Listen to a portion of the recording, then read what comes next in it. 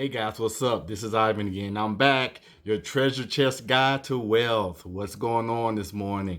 I just wanted to chat with you guys again about getting silver, guys. Silver, guys. Silver, guys. Hey, it's time for you to learn how to get generational wealth and beat inflation. And I just like to start off my videos with just some motivational stuff to get your mindset right and really ask yourself, why can't I become wealthy? Why can I not become wealthy? And like I said, I always want to say, when people start talking about money and wealth and getting rich, the normal person just closes their eyes, cut off their mind. They like, nah, this can't happen to me, but it can, guys. And I'll see you on the flip side, like I always say, after this video, and I chat more about my silver opportunity and how you can gain your treasure chest to wealth. So watch the video, and I'll see you in a second. Here's a good question for you, and it's a vital one as far as your life and future are concerned. What do you think about most of the time? You tell any expert what it is you think about most of the time, and he can tell you what kind of a person you are and what your future very probably will be like. There's always been a lot of mystery and fraud and hocus pocus surrounding fortune tellers, and there ought to be. But if you'll spend an hour just talking to an intelligent and discerning person, he can tell you a great deal about yourself and your future. Ralph Waldo Emerson once wrote, "A man is what he thinks about all day long." It's really as simple as that. You are literally what you think about. By analyzing your thoughts, you can analyze yourself. Just as the alcoholic thinks about alcohol, the dope addict about dope, the criminal about crime, the medical student thinks about medicine, the lawyer about law, the young mother about her children and her husband. We are, as Emerson wrote, what we think about all day long. Now, of course, during the course of a day, we think about many things, hundreds of things. But what controls our lives is what we think about most of the time.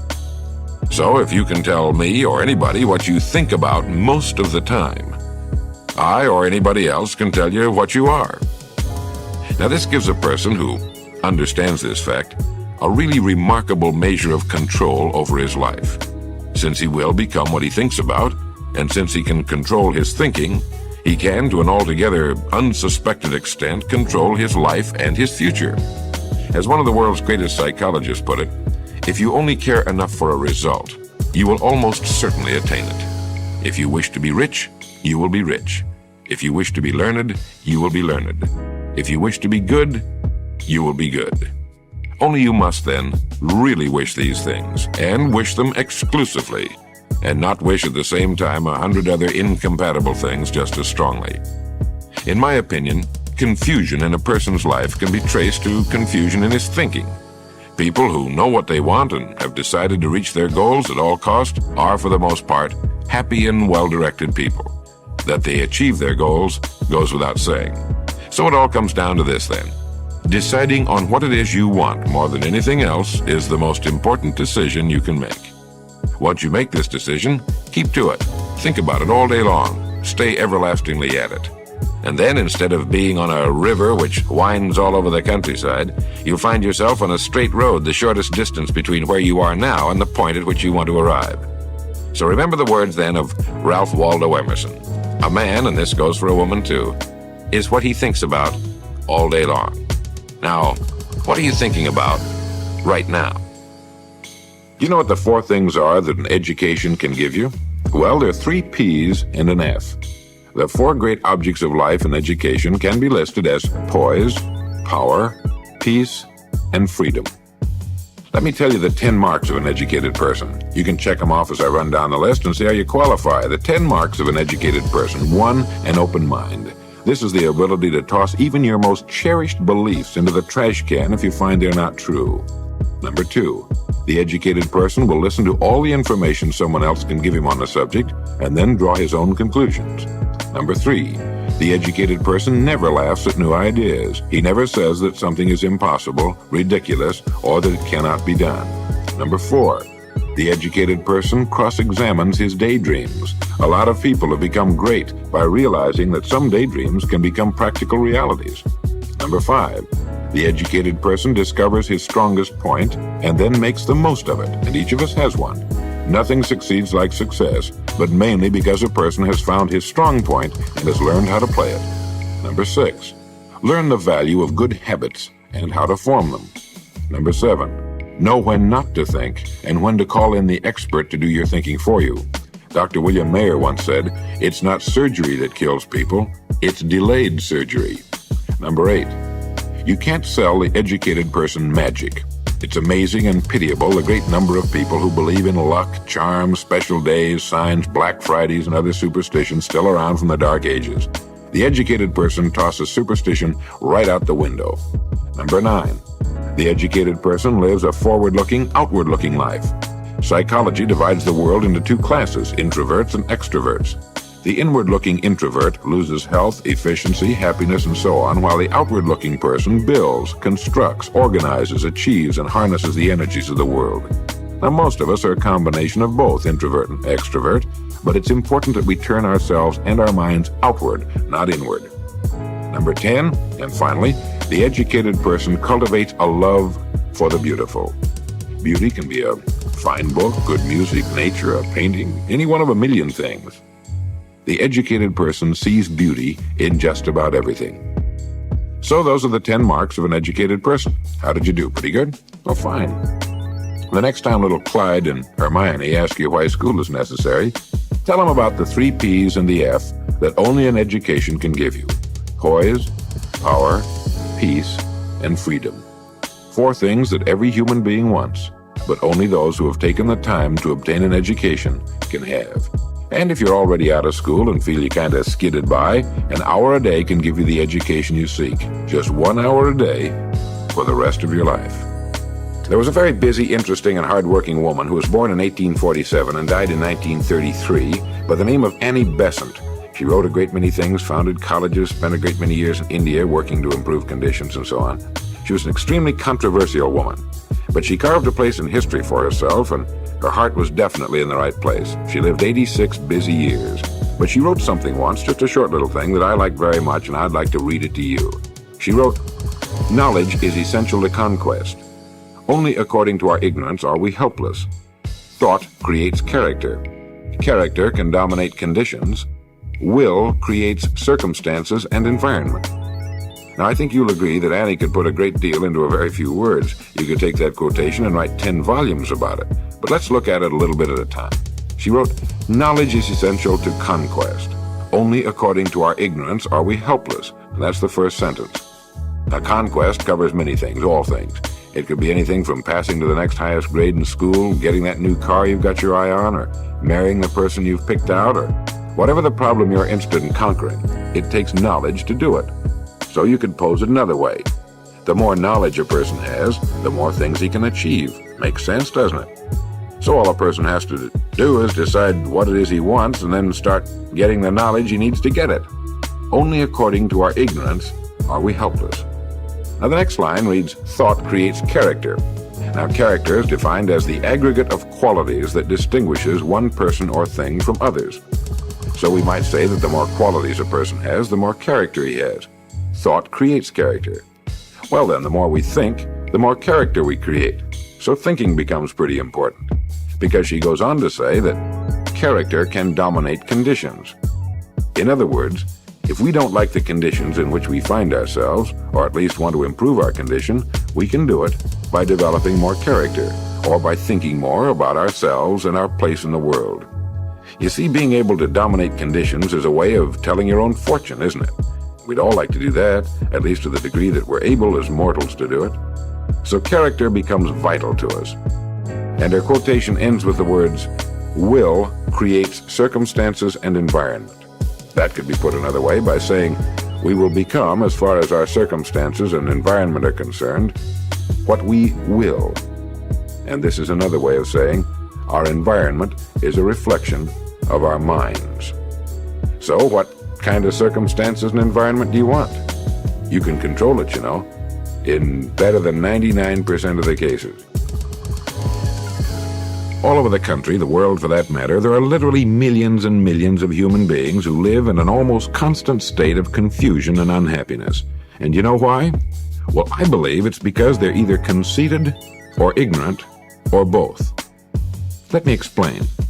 Just about all great men and women in the past and in the present have told us how they have achieved the kind of life they wanted to live, how they have come to know successful and rewarding lives. It's all been written thousands of times. The great prophets have told us, the great philosophers have told us, Descartes, Spinoza, Leibniz, Schopenhauer, Hegel, Emerson, James. They're almost countless. Our own modern business leaders and educators have told us of their philosophies which have guided them to the lives they wanted to live and lead. Throughout the ages of man, men and women have died by the thousands so that these great living truths could be passed along to you and me and our youngsters, so that we can learn from our betters, from those who've gone before, and those who have achieved the things we would like to achieve, or at least partly achieve, during our own lifetimes. If a person is not getting to where he wants to be, if he's confused and in an almost constant state of bitterness or cynicism, it's either because he's conceited or ignorant or both. If he knows about the tons of literature which has been written on this subject and doesn't believe it, he's conceited.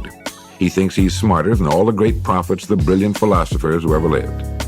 If he doesn't know this material exists, he's ignorant.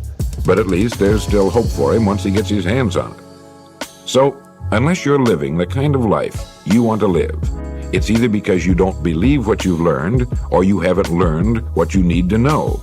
In either case, if you've been an adult for any length of time, it's your fault.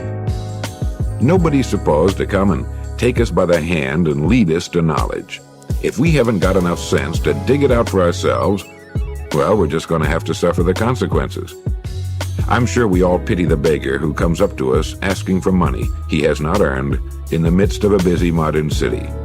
But we don't pity him because his clothes are filthy or because he has no money.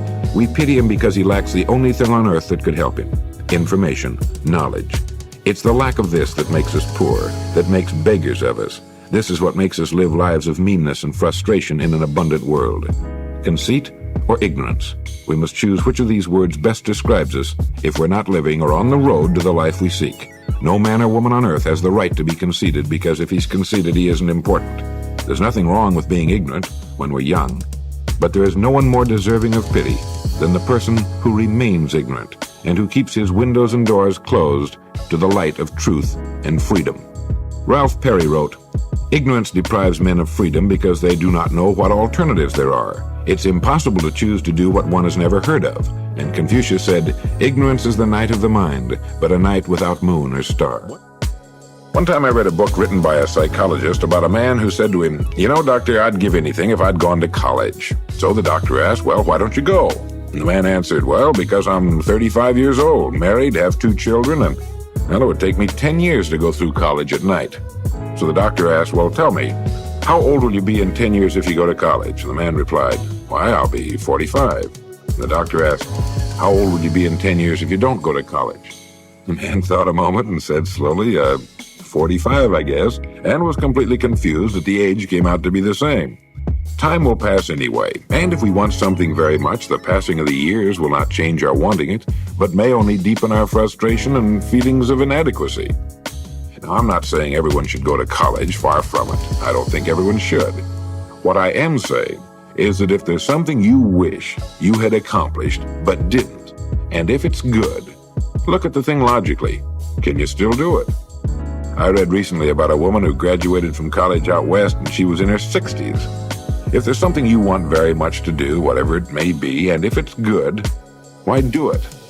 If you want to badly enough, the chances are you can find a way. This is Earl Nightingale. Thank you.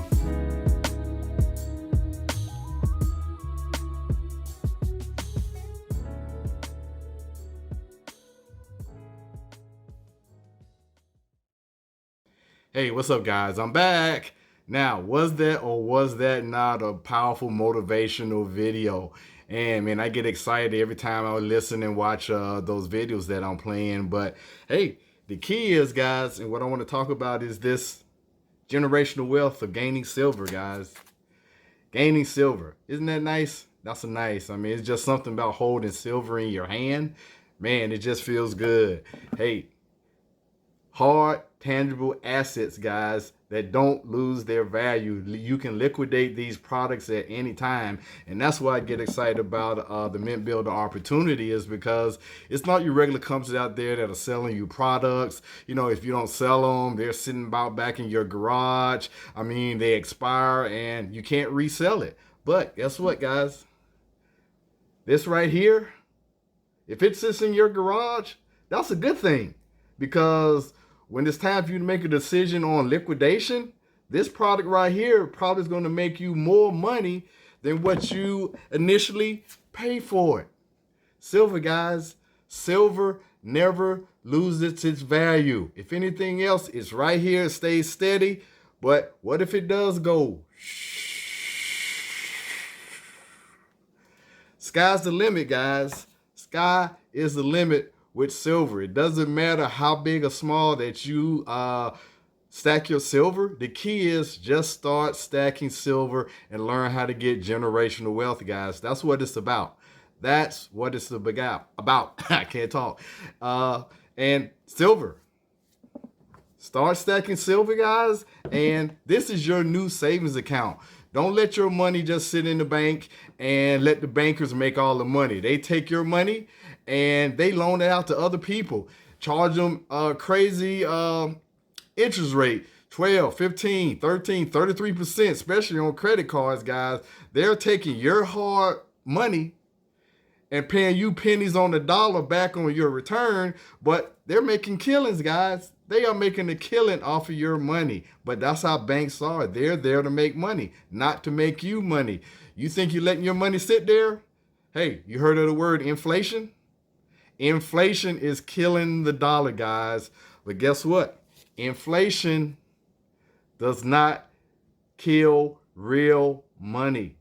This is real money, guys. Back in the day, look it up, Google it. What our fiat currency was built off of.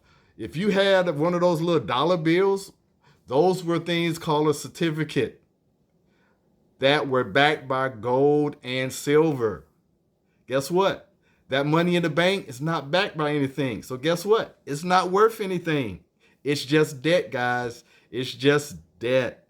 I mean, you need to learn how to start having your own bank or your own mint. This is the way, guys. Start saving money. Because one last thing, and I'll let you guys go. Most of y'all watching this video probably aren't old enough, but if you would have bought just one of these little coins right here, one of these little coins back in 1986, just buying one of those a month, and if you would have done that today, you would have over $1.2 million in the bank, guys. You would have $1.2 million in the bank.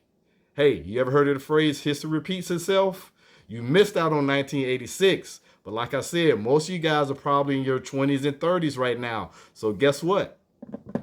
Buying one of these now, a month, just buying one of these a month, when you turn 40 and 50 and still in your glory days where you can enjoy things, you have over $1.2 million in the bank, guys. It's not making money overnight. It's about building generational wealth, guys. Join my company. Become one of my team members. Click on that link in the description. Join my team today, and you can start having your treasure chest to generational wealth. So I hope this made a lot of sense to you. If you got any questions, give me a call. Sign up. Take the free tour in the link. Take a free tour to learn about mint builders and your treasure chest. Your treasure chest to generational wealth, guys. I hope to see you soon on my team. Oh, don't forget, like, comment, and subscribe. Help me build my channel. So take care, guys. I hope you enjoy.